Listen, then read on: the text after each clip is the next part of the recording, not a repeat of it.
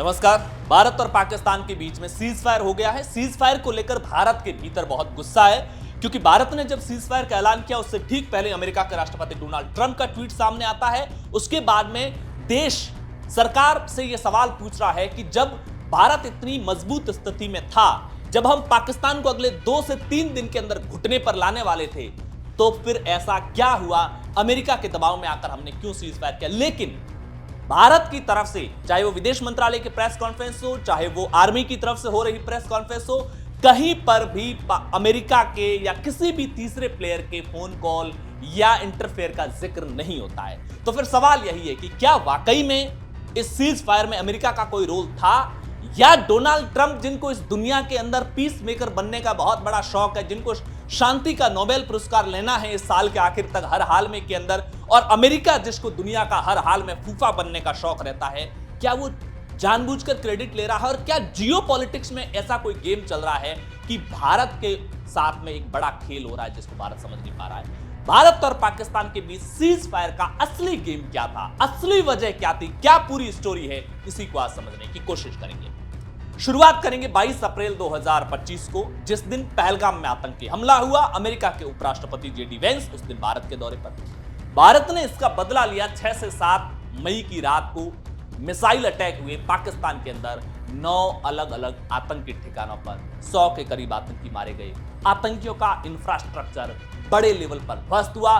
मसूद अजहर जैसे प्रमुख आतंकवादियों के परिवार, उनके करीबी, उनके जो टॉप कमांडर थे, वो मारे गए। लेकिन इस बार पाकिस्तान ने इसका जवाब देने का शुरुआत की। शुरुआत कहां से की? एलओसी पर, जम्मू कश्मीर के अंदर सिविलियंस को टारगेट किया गया, आर्मी को टारगेट किया गया, सीज फायर का वायलेशन किया गया। पाकिस्तान अक्सर सीज फायर का वायलेशन उस वक्त करता है जब उसको आतंकवादियों की घुसपैठ करवानी होती है, तो सीज फायर वायलेशन को एक कवर फायर के तौर पर इस्तेमाल करता है। लेकिन पिछले कुछ समय से जब भारत ने पाकिस्तान के साथ कम्युनिकेशन के तमाम जो चैनल है वो बंद कर रखे, ऐसे में पाकिस्तान आर्मी कई बार अपने मैसेज को भारत तक कन्वे करने के लिए भी सीज फायर का वायलेशन करती है, ताकि मिलिट्री के जो टॉप लीडरशिप है दोनों तरफ की, उनके बीच में आपसी बातचीत हो और पाकिस्तान अपना मैसेज कम से कम उन तक पहुंचाया पाए। पाकिस्तान की तरफ से सीज फायर वायलेशन हो रहा था लगातार। इसी बीच भारत ने इसका कड़ा जवाब देने के लिए पाकिस्तान का जो एयर डिफेंस सिस्टम था उसको तबाह किया। एक मैसेज पहुंचाया कि जिस चाइना के HQ-9 और HQ-16 एयर डिफेंस के सहारे आप अपनी सुरक्षा की उम्मीदें रख रहे हैं, उसको हमने तहस नहस कर दिया। इसलिए आप नियंत्रण में रहिए, आप अपनी सीमाओं में रहिए, अन्यथा परिणाम बहुत बुरे होंगे। लेकिन पाकिस्तान ने इसको माना नहीं। पाकिस्तान ने जो दोनों के बीच में तनाव था उसको और बढ़ाने का काम किया, एस्केलेशन लेडर को और ऊपर ले गए। अगली बार पाकिस्तान ने क्या किया? भारत के ऊपर ड्रोन से हमले किए। भारत के ऊपर जब ड्रोन से हमले किए तो भारत भी एस्केलेशन को लेडर को एक लेवल और ऊपर ले गया, और भारत ने पाकिस्तान के ऊपर, पाकिस्तान के एयर बेस पर, पाकिस्तान के आर्मी इंफ्रास्ट्रक्चर पर मिसाइलों से अटैक किया।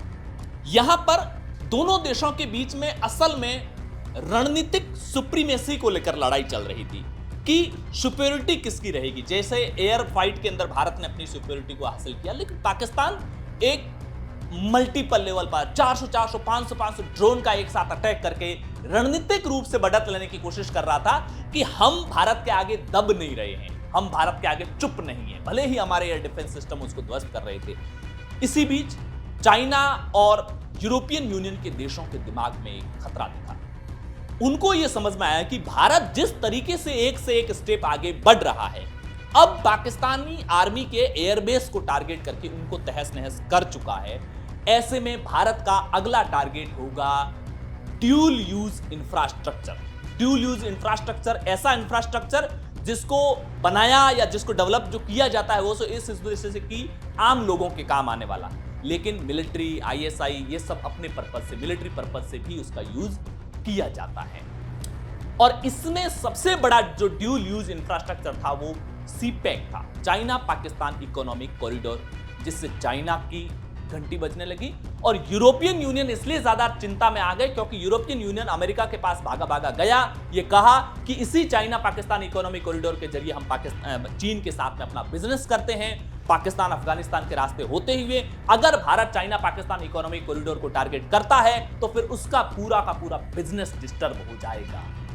यूरोपियन यूनियन का दबाव अमेरिका पर गया और इसी बीच अमेरिका की तरफ से जो आईएमएफ एक अमेरिका का टूल किट है, उस टूल किट के जरिए $1 बिलियन से ज्यादा पाकिस्तान को बेल आउट जारी होता है, एक लोन जारी होता है। यहां पर आते आते पाकिस्तान एक तरफ से लोन लेकर के खुश था, लेकिन 10 मई की दोपहर, क्योंकि भारत जान चुका था कि ये पर्दे के पीछे का खेल क्या चल रहा है, 10 मई की दोपहर को कैबिनेट नोट जारी होता है। उस भारत सरकार के कैबिनेट नोट में एक बहुत महत्वपूर्ण और बहुत बड़ी बात है। उस कैबिनेट नोट में यह होता है कि आने वाले समय में किसी भी तरह का भारत पर आतंकी हमला भी एक्ट ऑफ वॉर माना जाएगा। Any terror attack will be treat as a act of war. यह कैबिनेट नोट अगर शाम होते होते मीडिया चैनलों पर बहुत बड़ी चर्चा का हिस्सा बनता, तो यहां तक यह समझ आ चुका था कि भारत अगले 24 घंटे के अंदर इसको यूज करने वाला है। यानी कि अब अगला कोई भी हमला हुआ, चाहे कश्मीर के अंदर आतंकी हमला, आज शाम सुबह कोई फायरिंग होती है या भारत के अंदर कोई ड्रोन अटैक होता है, उसे वॉर माना जाएगा और वॉर की तरह अगले 24 घंटे में भारत पाकिस्तान पर फुल फ्लैज वॉर लॉन्च करने वाला था। यह खबर भारत के अंदर जो अमेरिका की एम्बेसी है वहां तक पहुंचती है। अमेरिका की एम्बेसी फटाफट इसको अमेरिका पहुंचाती है और अमेरिका यहां से अलर्ट हो जाता है। अमेरिका यह तय करता है कि भारत की जो ताकत है वो दुनिया में इतनी भी मजबूत नहीं दिखनी चाहिए कि वो एक आतंकी हमले का बदला लेने के लिए किसी देश पर वॉर लॉन्च कर दे। भारत चूंकि पहले से ही उनका एयर डिफेंस सिस्टम तबाह कर चुका था, ऐसे में पाकिस्तान टिक नहीं पाएगा 3 दिन भी भारत के सामने, और भारत दुनिया के अंदर एक महाशक्ति के तौर पर उभर जाएगा। अमेरिका ने अपनी कोशिशें शुरू कर ली कि किसी भी हाल में ये जो कैबिनेट नोट जारी हुआ है ये इंप्लीमेंट नहीं होना चाहिए। इसी बीच पाकिस्तान के अंदर एक बॉयज क्लब है, वो बॉयज क्लब एक्टिव हो जाता है। बॉयज क्लब जिसमें पाकिस्तान आर्मी, पाकिस्तान की खुफिया एजेंसी आईएसआई के रिटायर लोग होते हैं और साथ साथ जो मौजूदा वक्त में सर्विंग लोग होते हैं वो भी होते हैं। एक तरह से कह सकते हो कि डिफेंस मामलों का थिंक टैंक है पाकिस्तान का ये बॉयज क्लब। इस बॉयज क्लब के अंदर पाकिस्तान आर्मी के जो पूर्व चीफ रह चुके हैं कमर जावेद बाजवा और राहिल शरीफ, ये दोनों भी हैं। इन दोनों ने एक्टिवेट हुए। इसके अलावा इन दोनों ने संपर्क किया फैज हमीद जो एक्स आईएसआई के चीफ है, उनको कॉन्फिडेंस में लिया। नदीम अंजुम जो एक्स आईएसआई चीफ है पहले के, उनको कॉन्फिडेंस में लिया और उनके जरिए संपर्क किया गया वर्तमान के जो आईएसआई चीफ है आसिम मलिक। आसिम मलिक को यह समझाया गया कि ये जो भारत सरकार ने कैबिनेट नोट जारी किया और जैसे एक से एक स्टेप भारत की जो एयर सिक्योरिटी हमसे आगे बढ़ती जा रही है, एक से एक बढ़कर के हमारे अलग अलग लेवल पर जो इंफ्रास्ट्रक्चर को टारगेट किया जा रहा है, अगले 24 घंटे के अंदर अगर भारत पाकिस्तान की तरफ से ये जो आसिम मुनीर पगलाया हुआ है इसको नहीं रोका गया और किसी भी तरह की आज रात कोई कार्रवाई हुई, भारत पाकिस्तान पर वॉर लॉन्च करेगा पहली चीज।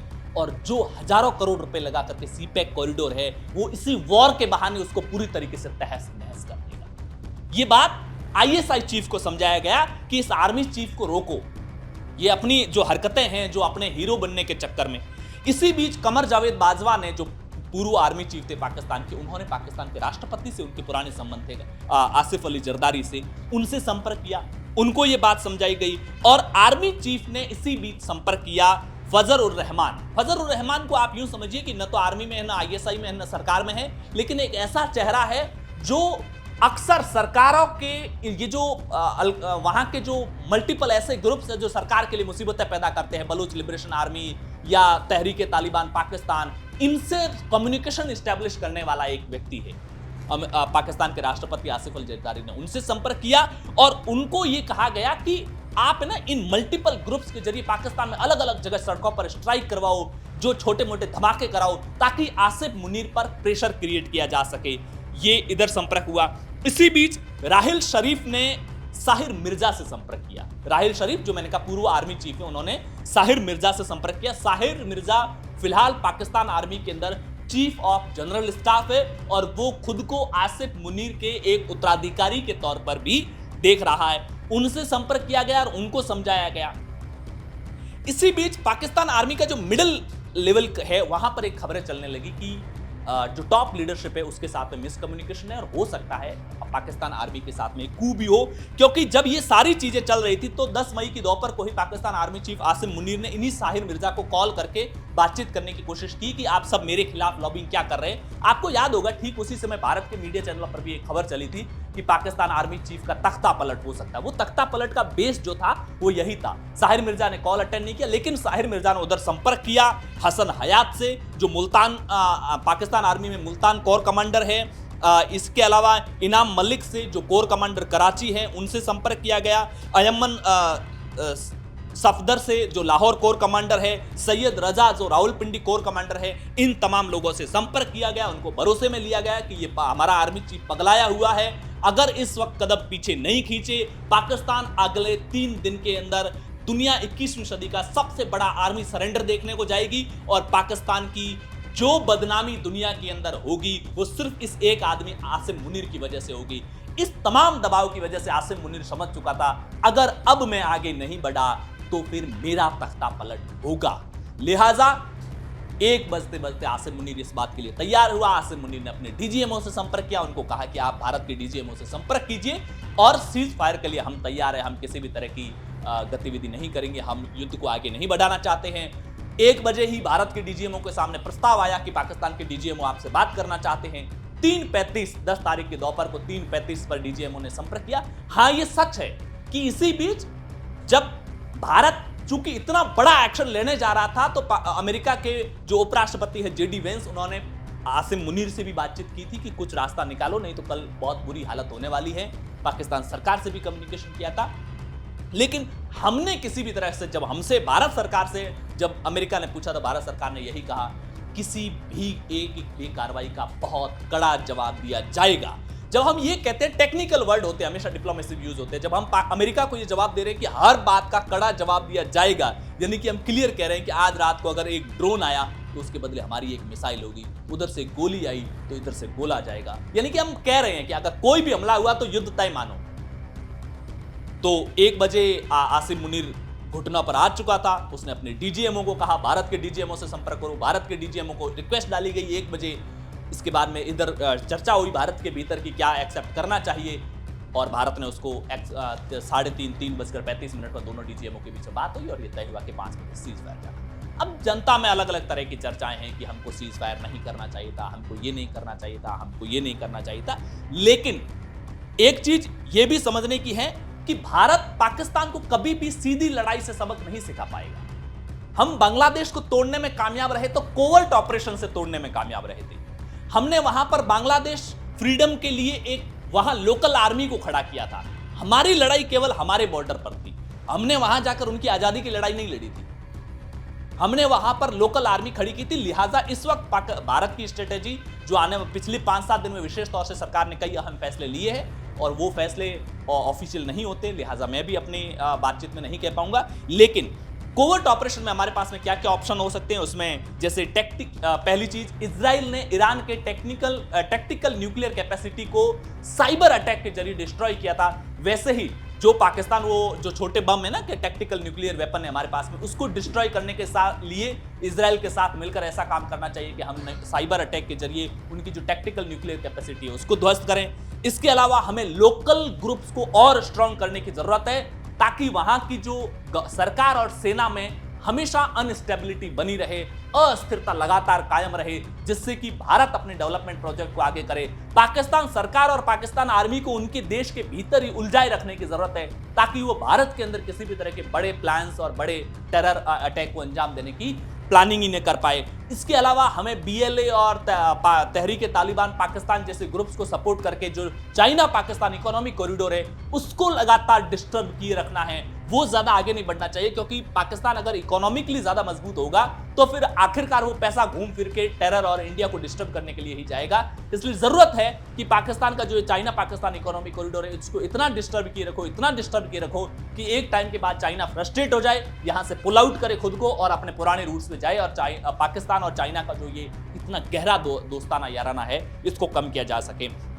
और एक विशेष बात, आपने पिछले 1-1.5 साल में कनाडा के अंदर और हाल फिलहाल में 5-6 महीने पाकिस्तान के अंदर भी देखा होगा, कई लोगों की अचानक से मौत हो जाती और कहा जाता है अननोन गनमैन ने शॉट डाउन कर दिया। हमें उस अनमैन गनमैन जो अननोन गनमैन है उस कल्चर को भी आगे बढ़ाए रहने की जरूरत है, और टारगेट पर सिर्फ आतंकी नहीं, अब हमें इस अननोन गनमैन के जरिए टारगेट पर रखने चाहिए आर्मी और आईएसआई के रिटायर्ड लोग, ताकि मौजूदा सर्विंग लोग हैं उनके भीतर एक खौफ बिठाया जा सके।